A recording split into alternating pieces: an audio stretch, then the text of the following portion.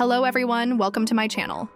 Today I've got some wild stories from the AITA subreddit that'll make you laugh, cringe, and maybe even yell at your screen. If you love diving into these juicy dilemmas, give this video a like and hit that subscribe button. Ready to jump in? Story 1. Am I the asshole for asking my neighbor to move their farm stand because people are stealing from my garden? I live in a modest neighborhood where everyone's just trying to get by. My family's no exception. Money's tight, and every penny counts. To stretch our budget, I've poured my heart into a small garden in our front yard. It's not much, just a patch of tomatoes, beans, zucchini, and herbs, but it's a lifeline. Those veggies mean we eat healthier, save on groceries, and maybe have a little left over for bills. I'm no farmer, but I've spent hours weeding, watering, and chasing off rabbits to keep it thriving. It's my pride and joy, a tiny victory in a world that feels like it's always kicking us when we're down. Then my neighbor, a well-meaning guy with a big heart, set up one of those community farm stands by his driveway. You know the kind, people drop off extra produce, canned goods, or whatever, and anyone can take what they need. It's a sweet idea, especially these days when life's rough for so many. I was all for it at first, but then things went sideways. People started wandering into my yard, helping themselves to my tomatoes and beans. At first I thought it was a mistake. Maybe they thought my garden was part of the stand. So I put up signs. Private garden, do not pick. I strung up a low rabbit fence, even angled a tarp to block the view from the road. Didn't matter. People kept coming. I caught kids being hoisted over the fence to grab handfuls of my produce, and adults weren't much better. Some hopped the barrier like it was nothing. One evening, I snapped. I saw a woman directing her kid to yank tomatoes off my plants. I shouted, "Hey, stop, those aren't for you." She had the nerve to tell her kid to hurry up, then tried to bolt. I chased her down, not my proudest moment, but I was livid. I asked what her problem was, and she flipped it on me, saying I was overreacting about a couple tomatoes, and how dare I swear in front of her kid. I told her stealing is stealing, and those tomatoes were for my family. She just rolled her eyes and left. The next day, I went to my neighbor, trying to keep things civil. I suggested moving his farm stand to the other side of his driveway, next to a neighbor who doesn't have a garden out front. He brushed me off, saying we could talk about it after the season. I asked if he could at least put up bigger signs or tell people to stay out of my yard. His response? Can you really not afford to share? I lost it. I told him people weren't taking my zucchini because they're starving. They're taking my tomatoes because they want them. I don't owe anyone my hard work. He said I'd have to learn to live with it and that we'd find a community solution later. I told him I don't care about the community right now. I care about people stealing from me. Things escalated last night. I caught a guy in his 50s picking my beans. I grabbed the hose and sprayed him. Yeah, not my finest hour, but I was done. He yelled, my neighbor came out yelling, and now the neighborhood's buzzing about how I'm the bad guy, scaring people away from their community resource. I told my neighbor I'd keep making a scene until he does something about the thieves. He thinks I'm unhinged, but I'm just trying to feed my family. The cops here won't care. Trust me, I've tried that route before. So I'm stuck making more signs, maybe about pesticides or stealing from hungry kids, and scouring Craigslist for cheap fencing. I'm at my wit's end. That's the first story. Pretty heated, right? Let's move on to the next one. Am I the asshole for asking my neighbor to move their farm stand? Story 2. Am I the asshole for intentionally not letting my neighbor in, causing her and her dog to sit outside in the dark? Living in an apartment block comes with its own set of unwritten rules, and one of the big ones in my building is simple. Carry your key after 8 p.m. The front door locks automatically, and we were all told this before moving in. It's not rocket science. Grab your key and you're good. But my new downstairs neighbor, she's decided that rule doesn't apply to her. Instead, she leaves the back door propped open so she can come and go without her key. Management's warned her multiple times to stop, but she just ignores them. It's like she thinks the world revolves around her convenience. At first, I didn't mind too much. I'm a decent guy, live alone with my dog, and I try to be neighborly. But then she started treating me like her personal doorman. Almost every night after 9 p.m., she's banging on my windows or buzzing my apartment like it's her job. It's loud, it's annoying, and it sends my dog into a frenzy, barking his head off. The first couple of times, I let her in, figuring she'd learn her lesson. On the third time, I told her straight up, "You need to bring your key. I'm not doing this again." She nodded, but clearly my words went in one ear and out the other. Last night she was at it again. She went out with her dog, no key, and started her usual routine. knocking on my windows, buzzing my apartment like a maniac. I'd had enough. I turned off the buzzer, gave my dog a treat to calm him down, shut the inner doors, and went back to my movie. I wasn't about to let her ruin my night. She was out there for about 45 minutes, sitting on the doorstep in the dark, ranting on her phone about how I'm the worst neighbor ever. I could hear her through the window going off about me like I'm her dad or something. Here's the thing, I don't even know this woman. We've barely spoken beyond her demanding I let her in. Our building's in a sketchy area. Not dangerous, but not exactly a place you want to be stuck outside late at night. Still, I figured she'd call a friend or figure it out. But as the clock ticked closer to midnight, guilt started creeping in. I couldn't shake the image of her and her dog out there, alone in the dark. I'm not heartless. So I caved. I went downstairs, opened the door, and let her in. But I laid it out clear as day. This is the last time. I'm reporting you to management if you knock on my windows again, and I'll call the cops if you keep it up. She didn't say much, just shuffled inside with her dog. I'm hoping those hours outside drilled the lesson into her head, but I'm not holding my breath. Now I'm stuck wondering if I was too harsh. I mean, she's the one ignoring the rules, but leaving her out there felt like a jerk move, especially in our neighborhood. Still, I'm not her concierge, and I've got my own life to live. I've been thinking about what to do next. Maybe I'll talk to management myself, see if they can send another warning. Or maybe I'll just keep ignoring her until she gets the hint. It's exhausting, though, feeling like I'm the bad guy for wanting some peace in my own home. My dog doesn't deserve the stress either. He's a good boy who just wants to chill. I'm hoping she'll start carrying her key, but something tells me this isn't the last I'll hear from her. Let's move on to the next story. Am I the asshole for not letting my neighbor in? Story 3. Am I the asshole for refusing to give up my front row spot at a concert to someone claiming to be disabled? I'd been counting down the days to this concert for months. This wasn't just any show, it was my chance to see an artist I've adored for 6 years, in a different country no less. I'm talking saving every penny, stressing over travel plans, and sacrificing a lot to make it happen. I bought general admission tickets and decided to go all out to get a front row spot. That meant showing up at 5 a.m., standing in the freezing cold, hungry and dehydrated for over 13 hours until the doors opened. I'm a short gal, barely 5'1", so the barricade was my dream spot. Right up against the stage, perfect view, no one blocking me. It was worth every second of discomfort. As the crowd filled in, I was buzzing with excitement. Then a guy behind me tapped my shoulder. He said he was disabled and that the venue was supposed to let disabled attendees in early, but they didn't. He asked, no, more like expected, me to give up my spot at the barricade. Now I know this venue, they're super accommodating for disabled folks. I have friends with disabilities who've been to shows there, and the staff always escorts them to a safe, front row accessible section before the crowd gets wild. It's a solid setup. But this guy? He was tall, probably around 5'9" or 5'10", and if I gave him my spot, I'd be staring at his back the whole show. I'd lose everything I'd waited for. I tried to be reasonable. I pointed to the right side of the barricade, which was still open, and suggested he head there. He'd have a great view, especially being so tall, and could hold the rail for support. But he shot that down, saying it wasn't as good as my spot. As we talked, that area filled up, and he got pushier, saying he'd have a hard time without my spot. I was getting frustrated. I explained that if his disability was that serious, he should be in the accessible section, which is designed for this exact situation. Or if he wanted to be in the standing area, he could have brought a cane or something. There was a guy nearby with one. I even suggested he talk to security, who could get him to the accessible area with a great view. He wasn't having it. Instead, he called me an asshole, told me to get fucked, and stormed off. I stood my ground, but I felt awful. I kept second-guessing myself during the concert. Was I too harsh? Should I have just given up my spot? But here's the thing. I worked hard for that moment.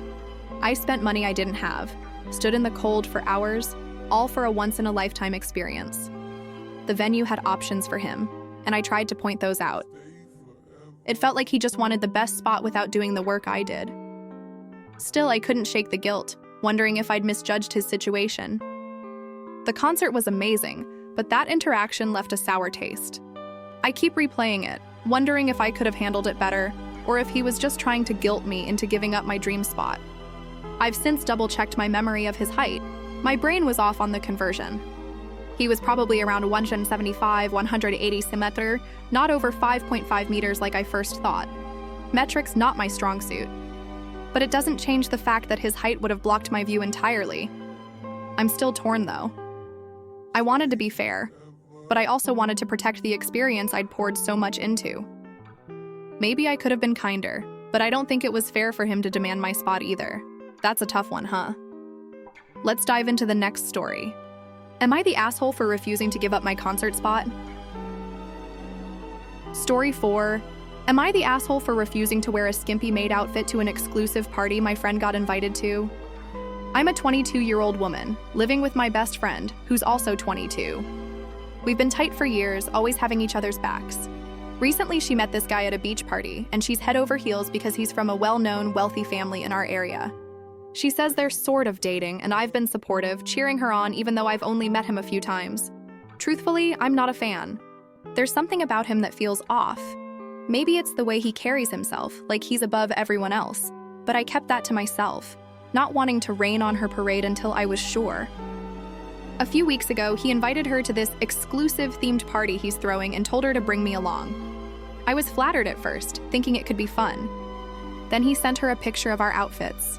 2 skimpy maid costumes laid out on a bed, barely more than lingerie with tiny skirts and plunging necklines. My stomach dropped. I told her flat out I wasn't wearing that, especially not to a party full of strangers. She laughed, thinking I was joking, but when she saw I was serious, she got annoyed. She said it's no big deal, and that I was being prudish and serious. I couldn't believe she didn't see the issue. This guy, who barely knows me, thought it was fine to ask us to dress up as maids for his fancy party. It felt degrading, like he saw us as props to show off to his rich friends. I asked her if she really didn't see how humiliating that was, especially since we're not from his world of wealth and status. She brushed it off, saying it's just his weird taste or some rich people thing. I doubled down. I told her I wasn't wearing the costume, wasn't going to the party, and was done with her boyfriend. That sparked a huge fight. She called me lame, boring, and a bad friend, saying I was ruining her chance to fit in with his crowd. I was floored. She was choosing this guy's creepy request over our friendship. Then it got worse. She told him I wasn't coming, and he had the audacity to ask if paying me would change my mind. Paying me? Like I'm some hired entertainment? He even said I had the right attitude and that his friends would love to get to know me. It made my skin crawl.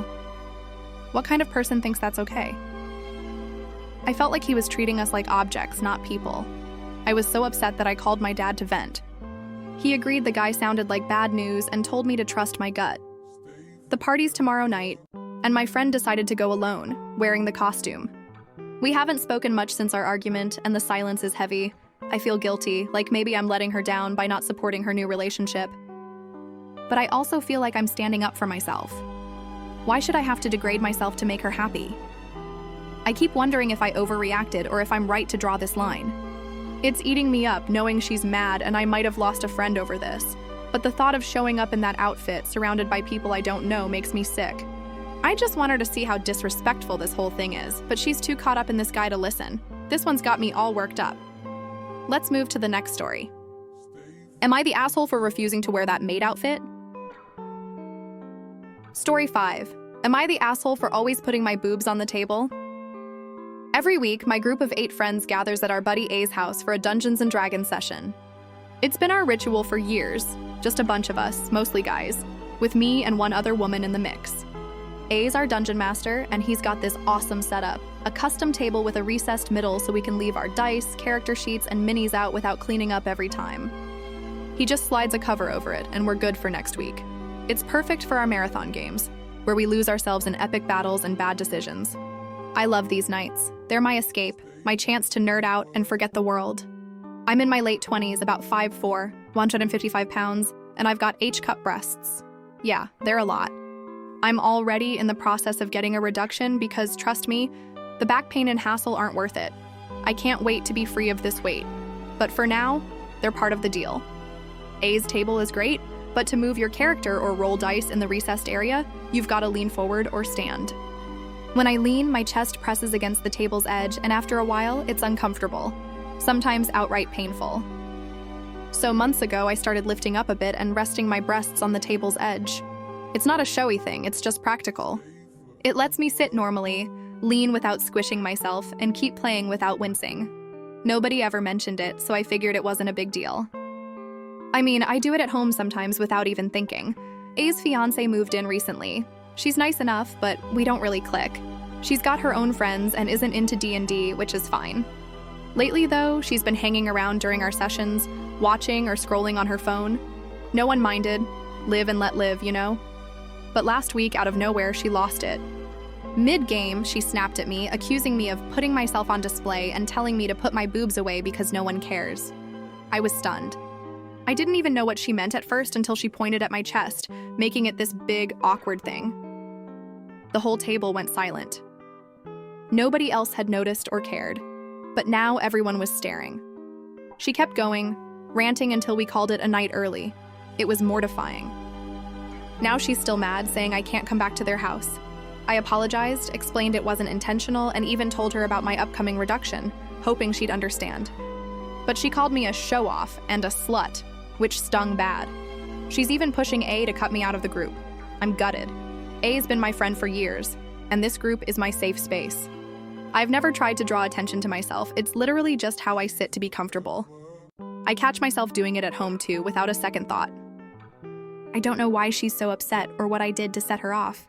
I've been replaying it, wondering if I'm missing something. Should I have noticed it bothered her? I feel awful, but I also feel like I'm being punished for my body existing.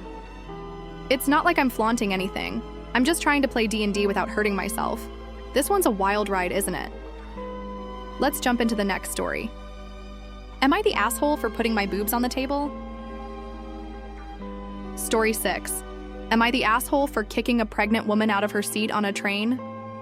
I'd been dreading this travel day for weeks, a 5-hour train ride that I knew would be grueling. I have a heart defect that makes standing for long periods tough, so I planned ahead, booking a reserved seat to ensure I'd be comfortable. When I boarded the packed train, I was exhausted but relieved to have my spot waiting. Except it wasn't. A woman was sitting in my assigned seat, her partner across from her at the table. I approached politely, showed her my ticket, and said, "I think that's my seat. Could you move, please?" She glanced at her ticket, mumbled something about sitting in the wrong spot, and looked down, not budging. I repeated, a bit firmer, that it was my seat and I needed it. That's when her partner jumped in, his tone sharp and aggressive. He told me to find another seat. I looked around. The carriage was full, not a single empty spot. I explained I'd booked this seat specifically and there was nowhere else to go. He raised his voice, saying someone else was in their seats and that his partner was pregnant. I get it. Pregnancy's no joke, and I felt for her. But I wasn't in great shape either. I mentioned my heart condition, saying everyone has their struggles and I needed my seat just as much. Maybe it was a mistake, but I also told him to stop speaking to me so aggressively. That set him off. He started swearing, saying I should be ashamed. I asked him to stop, but he kept going, even after I sat down when the woman finally moved. It didn't end there. He kept berating me, saying I must feel real good about myself now that I had my seat. I didn't respond. I was done engaging. It felt pointless, and I was shaking from the confrontation. I hate conflict, always have. Then another guy at the table offered to swap so the couple could sit together across from me. The partner plopped his pregnant partner down, pointed in my face, and laughed mockingly. I just stared out the window, trying to keep it together. Eventually, the ticket inspector came by, checked their tickets, and told them to move to their actual seats. Another passenger had apparently complained on my behalf, and the inspector asked if I was okay. I nodded, but I was rattled. The whole ride, I kept replaying it. Was I wrong to stand my ground? Should I have given up my seat because she was pregnant? I felt awful imagining her discomfort, but I'd booked that seat for a reason. My heart condition isn't something I talk about much. It's not a visible disability, but it's real. Standing for hours could have left me dizzy or worse. I tried to be polite, but her partner's aggression made it so hard to stay calm. I keep wondering if I escalated things by mentioning his tone or if I should have just walked away and hoped for another seat. The guilt's been eating at me, especially since I know how tough pregnancy can be. But I also feel like they were trying to guilt me into giving up what I'd rightfully reserved. Looking back, I've learned something about myself. I tend to let anxiety and overthinking make me doubt my decisions. I went into this thinking I'd done something wrong, but maybe I was just standing up for myself. It's new for me. I'm usually such a people pleaser. The support from that other passenger and the inspector helped me feel less alone, but I'm still working on trusting my instincts. It was a stressful mess, and I'm just glad it's over. That's the last of our stories today. Am I the asshole for insisting on my reserved train seat? Thanks so much for listening until the end. If you enjoyed these AITA stories, please like the video and subscribe to the channel so you don't miss what's next. See you soon.